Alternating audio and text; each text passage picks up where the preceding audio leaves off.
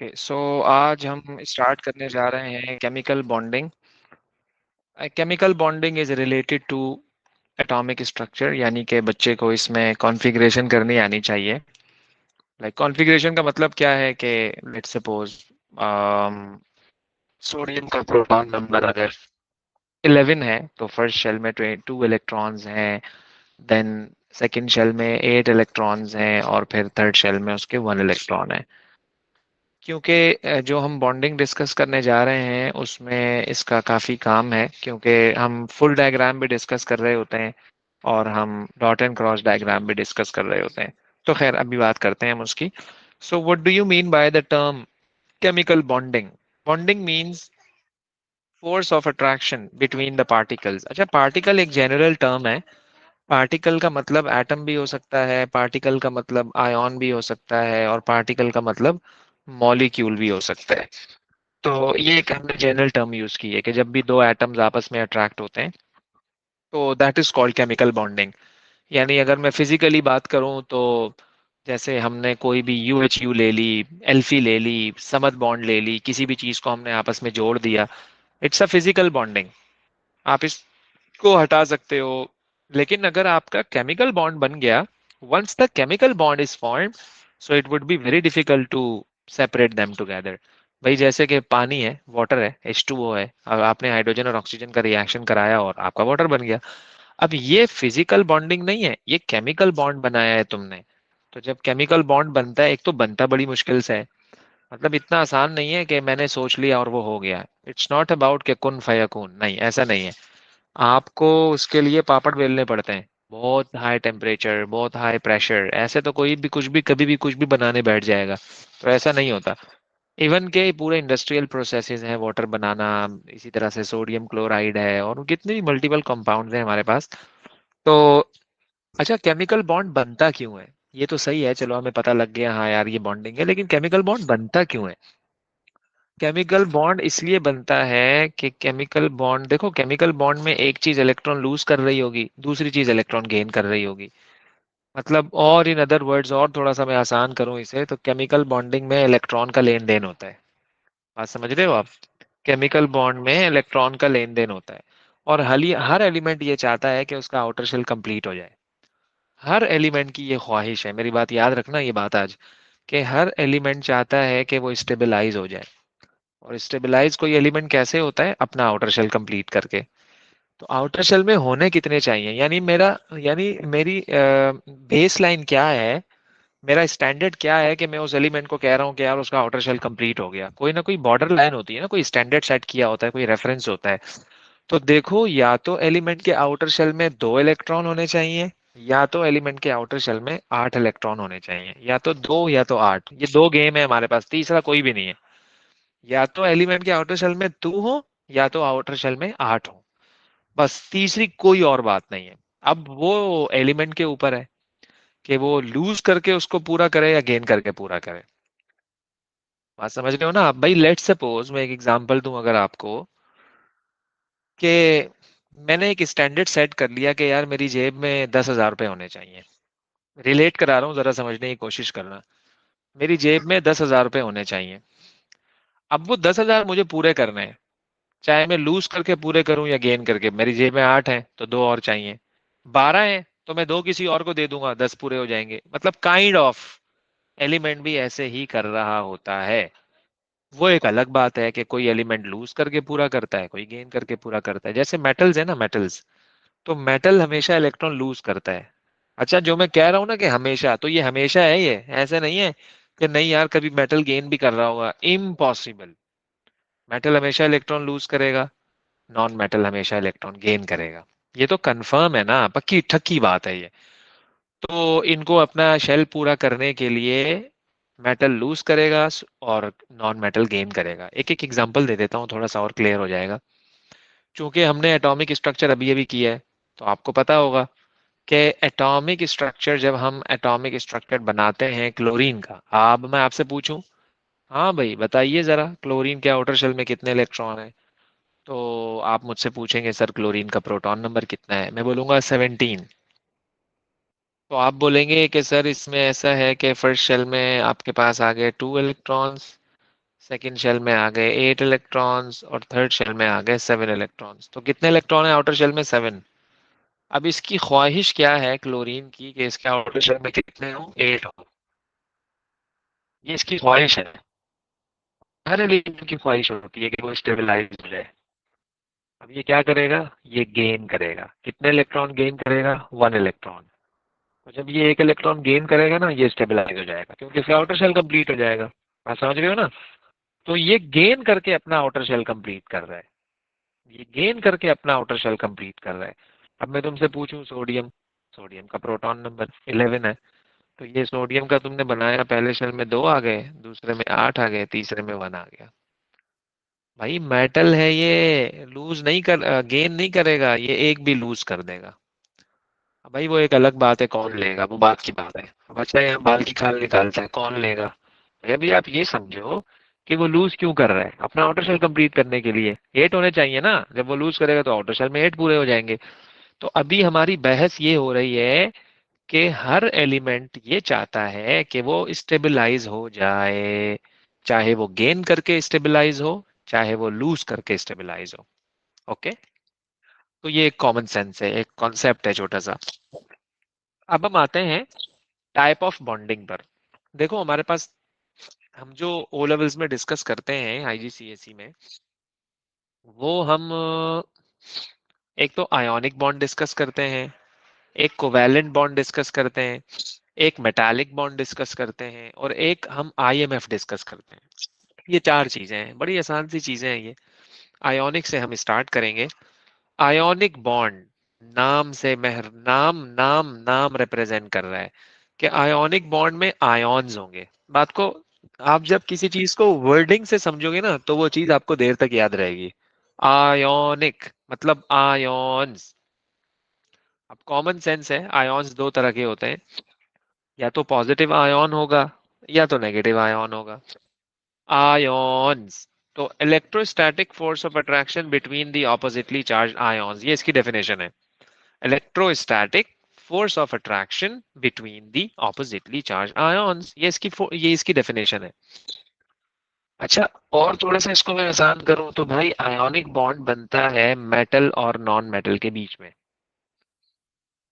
Okay, ज्यादातर ये observe किया गया है कि आयोनिक बॉन्ड बनता है मेटल और नॉन मेटल के बीच में, क्योंकि मेटल इलेक्ट्रॉन को लूज करेगा और नॉन मेटल उस इलेक्ट्रॉन को गेन करेगा। मेटल लूज करके पॉजिटिव हो जाएगा, नॉन मेटल गेन करके नेगेटिव हो जाएगा। And once they got the charges, they will attract with each other, they will be forming ionic compound। बात को समझिए जरा कि हमें चार्जेस चाहिए आयोनिक के लिए। देखो ये तो कंफर्म है, हमें चार्जेस चाहिए। तो एक पॉजिटिव चार्ज होगा, एक नेगेटिव चार्ज होगा, एक पॉजिटिव चार्ज होगा, एक नेगेटिव चार्ज होगा। जैसे ये दोनों मिलेंगे आयोनिक बॉन्ड बन जाएगा। अच्छा जी, ओके, चले आयोनिक बॉन्ड बन गया भाई। कोई एग्जांपल? मैं NaCl से आपको जरा समझाने की कोशिश करता हूँ। देखो हुआ कुछ ऐसा कि ये सोडियम था। अब आप सबको पता है कि यार सोडियम का प्रोटॉन नंबर 11 होता है और पहले शेल में 2 आते हैं, दूसरे में 8 और तीसरे में 1, और ये इन्होंने बिल्कुल सही बनाया हुआ है। और ये क्लोरीन है, प्रोटॉन नंबर 17 होता है, इसके आउटर शेल में 7 इलेक्ट्रॉन्स हैं, वो हमने यहाँ पे इस तरह करके बनाए हुए हैं, 7 इलेक्ट्रॉन्स। अब क्लोरीन को कितने इलेक्ट्रॉन चाहिए? एक। क्यों? कि अभी 7 है आउटर शेल में, लेकिन होने कितने चाहिए? 8। तो ये एक सोडियम अपना इलेक्ट्रॉन इसको दे देगा, तो क्लोरीन खुश हो जाएगा क्योंकि क्लोरीन स्टेबल हो जाएगा। और मजे की बात बताऊं कि सोडियम को भी एक लूज करना है, क्योंकि उसको भी लूज करने के बाद 8 इलेक्ट्रॉन अपने पूरे करने हैं। जब सोडियम अपना एक इलेक्ट्रॉन लूज करेगा तो उसके भी 8 पूरे हो जाएंगे भाई। तो ये गेम दोनों की तरफ से बज रहा है ये।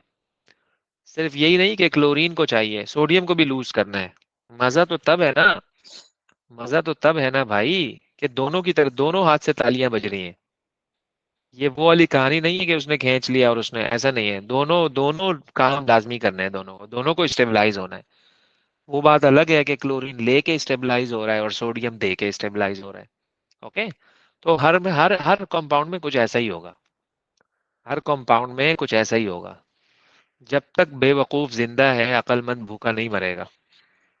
जब तक दुनिया में बेवकूफ जिंदा है, अक्लमंद भूखा नहीं मरेगा। ये वही मिसाल है ना। तो क्लोरीन क्या करेगा, इलेक्ट्रॉन ले लेगा, उसके आउटर शेल में 8 पूरे हो जाएंगे। और सोडियम इलेक्ट्रॉन दे देगा, इसके भी आउटर शेल में 8 इलेक्ट्रॉन पूरे हो जाएंगे। तो सोडियम ने दे दिया, क्लोरीन ने ले लिया, तो सोडियम पे कौन सा चार्ज आया, पॉजिटिव। क्लोरीन पे कौन सा चार्ज आया, नेगेटिव। डिफरेंट कलर से हमने इसलिए शो किया है ताकि आपको पता लगे कि हाँ यार ये सोडियम का इलेक्ट्रॉन है भाई, ये इसका क्लोरीन का नहीं है, ये सोडियम ने दिया है। और या तो कलर्स देख लो, या आप इसको क्रॉस बना लो, इसको डॉट बना लो। देखो इसका पर्पस सिर्फ ये है कि टू डिफरेंशिएट, बात को समझिएगा जरा। इसका पर्पस सिर्फ ये है कि टू डिफरेंशिएट, बाकी कोई टेक्निकल रीजन नहीं है। कि यार बच्चे अक्सर पूछते हैं क्लास में, सर मैं किसको डॉट बोलूं किसको क्रॉस बोलूं। अबे भाई आपकी मर्जी है, आप किसी को भी डॉट बोल दो, किसी को भी क्रॉस बोल दो। और इसके पीछे रीजन सिर्फ इतना सा है कि हम उसको डिफरेंशिएट कर सकें। ओके। तो ये आपका, जब जैसे ही चार्जेस आ गए, now these charges would start to attract with each other and they will be forming an ionic compound। देखो कितना आसान है, ये आयोनिक बॉन्ड है। तो आपने क्या सीखा यहाँ से, कि यार एक स्पीशी इलेक्ट्रॉन लूज कर रही है और दूसरी गेन कर रही है। अब आपको इतना सेंस होना चाहिए कि कौन लूज करेगा कौन गेन करेगा। तो मैंने आपको बताया ना कि मेटल लूज करता है और नॉन मेटल क्या करता है, उसको गेन करता है। तो अब आप अपने पल्लू से बांध लो कि मेटल इलेक्ट्रॉन लूज करेगा और नॉन मेटल उसको क्या कर लेगा, गेन कर लेगा। तो बड़ा इजी है ये। फिर हम आते हैं एक और एग्जांपल पर, that is going to be magnesium oxide. अब मैग्नीशियम ऑक्साइड की अगर आप एग्जांपल देखो ना भाई, तो मैग्नीशियम इज अ मेटल और मैग्नीशियम का प्रोटॉन नंबर होता है 12। मैग्नीशियम का प्रोटॉन नंबर कितना होता है, 12। तो 12 का मतलब ये है कि इसके आउटर शेल में 2 इलेक्ट्रॉन्स हैं। 12 का मतलब क्या है कि इसके आउटर शेल में कितने इलेक्ट्रॉन्स हैं, 2। ये देखो ना, पहले शेल में 2, दूसरे में 8, तीसरे में 2। ये मैग्नीशियम का इलेक्ट्रॉनिक स्ट्रक्चर है। अच्छा, मैग्नीशियम के इलेक्ट्रॉनिक स्ट्रक्चर के बाद हमने देखा ऑक्सीजन। ऑक्सीजन का प्रोटॉन नंबर कितना होता है, 8। ऑक्सीजन का प्रोटॉन नंबर कितना होता है, 8। तो 8 का मतलब ये है कि इसके फर्स्ट शेल में आ गए 2 और सेकंड शेल में आ गए 6। अब आप ये सोचो कि यार इस ऑक्सीजन को कितने चाहिए अपना शेल कंप्लीट करने के लिए। आप बोलोगे सर इसको 2 और चाहिए, क्योंकि 8 होने चाहिए ना पूरे। देखो कोटा सिस्टम है भाई, 8 का थोक का रेट लगा हुआ है इधर, 8 8 8 8 8 8 8 8 8 8 8, कोई भी हो 8, कोई भी हो 8। अब वो उसको लूज करके पूरा करे या उसको गेन करके पूरा करे, वहां होने 8 चाहिए भाई। तो ऑक्सीजन को कितने चाहिए, और 2, क्योंकि उसके पास ऑलरेडी 6 है। आउटर शेल की बात कर रहा हूँ। तो मैग्नीशियम क्या करेगा, मजे की बात यह है कि मैग्नीशियम के पास भी है ही 2 इलेक्ट्रॉन, तो मैग्नीशियम को भी 2 लूज करने हैं। तो ये भी वही कंडीशन आ गई कि भाई इसको देना ही देना है ना, अगर ये नहीं देगा तो ये अनस्टेबल रह जाएगा। और तो यहाँ जरूरतमंद भी है, क्या कहते हो। सामने ही भिखारी खड़ा हुआ है ऑक्सीजन 2 इलेक्ट्रॉन लेने के लिए। तो मैग्नीशियम क्या करेगा, 2 इलेक्ट्रॉन लूज करेगा, ऑक्सीजन उन 2 को ले लेगा। तो मैग्नीशियम ने कितने इलेक्ट्रॉन लूज किए, 2, तो कितना चार्ज आया, +2। इसने कितने गेन किए, 2, तो कितना चार्ज आया, -2। बेहतरीन हो गया, मजे हो गए। जैसे ही इन पे चार्जेस आए, they attracted together and they form ionic compound. कैसा, तो भाई ऐसे ही बनता है आयोनिक कंपाउंड, कोई ऊपर से नहीं आता आयोनिक कंपाउंड। मतलब ऐसे नहीं है कि कोई कोई कौन सी बातें हो रही हैं, पता नहीं, यही चल रहा होता है। कभी लूज और कभी गेन, कभी लूज और कभी गेन। तो ये कॉन्सेप्ट आपको पता होना चाहिए कि कब लूज और कब गेन, और कौन लूज करेगा और कौन गेन करेगा। तो हमने आपको पहले ही क्लियर कर दिया कि मेटल लूज करेगा और नॉन मेटल उसे क्या करेगा, गेन करेगा। ओके हो गया जी, चले आगे चलते हैं। फिर हम आते हैं एल्यूमिनियम ऑक्साइड पर, इसको जरा गौर से समझिएगा। एल्यूमिनियम ऑक्साइड के केस में, अच्छा, फॉर्मूला इज Al2O3। 2 एल्यूमिनियम है और 3 ऑक्सीजन है। 2 एल्यूमिनियम है और 3 ऑक्सीजन है। बात को जरा गौर से समझने की कोशिश कीजिएगा। एल्यूमिनियम का प्रोटॉन नंबर होता है 13। ओके। अब एल्यूमिनियम का प्रोटॉन नंबर 13 है। तो मैंने आपसे पूछा, मैंने कहा यार जरा इसका कॉन्फ़िगरेशन तो बनाओ। तो आप लोग बोलोगे सर एल्यूमिनियम के फर्स्ट शेल में 2 इलेक्ट्रॉन्स, एल्यूमिनियम के सेकंड शेल में 8 इलेक्ट्रॉन्स, और एल्यूमिनियम के आउटर शेल में 3 इलेक्ट्रॉन्स। ऐसे ही करोगे ना, यस और नो। ऐसे ही करोगे ना भाई कि एल्यूमिनियम के आउटर शेल में 3 इलेक्ट्रॉन हो गए। अब आप लोगों ने सोचा यार फॉर्मूला तो Al2O3 है, ओ दो एल्यूमिनियम है फॉर्मूले में, ओके, तो मुझे दो दफा स्ट्रक्चर बनाना है, हाँ ना, दो दफा बनाना है ना।